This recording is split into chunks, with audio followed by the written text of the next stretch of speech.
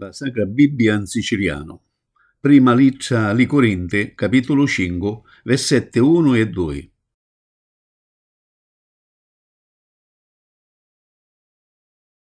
Nunca si sente dire quando se qualcuno fa cose vastase che non si possono manco contare. A così vastase che manco chi sane fanno. Scostumato si incasao caso masigna e vuoi tre spatte vi mandate.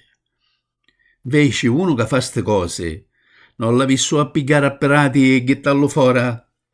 Note testuali in lingua italiana. Il caso evidenziato dall'Apostolo Paolo di immoralità riguarda la relazione di un cristiano con la propria matrigna, moglie di suo padre. Relazione contraria sia alla legge mosaica, al diritto greco e alla legge romana. Ebbene, si sente dire che fra voi si commette immoralità sessuale, e un'immoralità tale che non si trova neanche fra le nazioni. Un uomo convive con la moglie di suo padre. È bene ricordare che la città di Corinto era conosciuta per l'immoralità sessuale e le religioni pagane non davano alcun valore alla purezza sessuale. Per una persona di Corinto non era difficile pensare di essere religiosa e allo stesso tempo fare ciò che si voleva per quanto riguardava il sesso. La cultura greca attribuiva falsamente a Demostene, oratore ateniese, questa frase: «Noi abbiamo a disposizione vari tipi di donne, le mogli per la procreazione di figli legittimi e per la direzione e la custodia della casa e del patrimonio familiare, le concubine per la cura del corpo e le eteree per il piacere della sessualità raffinata, della conversazione e della compagnia». L'ultimo gradino è riservato alle prostitute di basso livello e alle schiave. Forse il padre era già morto o divorziato. Diversamente si parlerebbe di adulterio. Pertanto potrebbe riferirsi ad una convivenza illegale.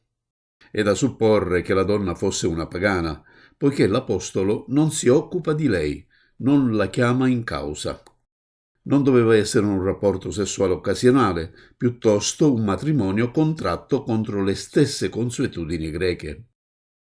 La stessa cultura ellenica considerava peccato questo atto. In contrapposizione al rimprovero di Paolo, alcuni componenti della comunità di Corinto e soprattutto i responsabili erano coinvolti nello scandalo a motivo della loro tolleranza. Per quanto fosse grave il peccato, Paolo era più preoccupato dal fatto che sembravano prendere il peccato alla leggera. Quindi Paolo inizia a trattare i loro problemi morali.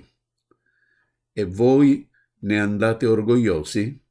Non dovreste piuttosto essere afflitti? I credenti di Corinto invece erano orgogliosi di poter accettare quest'uomo. Essi credevano che questa fosse una loro buona prerogativa. Tuttavia, invece di gloriarsi, avrebbero dovuto affliggersi, fare cordoglio sia per l'uomo sia per la correzione da applicare, così da allontanare di mezzo a voi l'uomo che ha fatto una cosa del genere.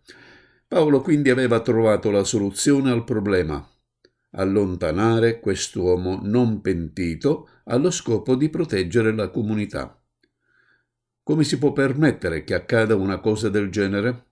Non avrebbero dovuto sapere che ciò era sbagliato dall'Antico Testamento? Di fronte a questo comportamento, condannato da Paolo, avrebbero dovuto riunirsi non già per approvare le ragioni della condanna fissata da Paolo, ma per accettarla in toto, promulgarla ed eseguirla.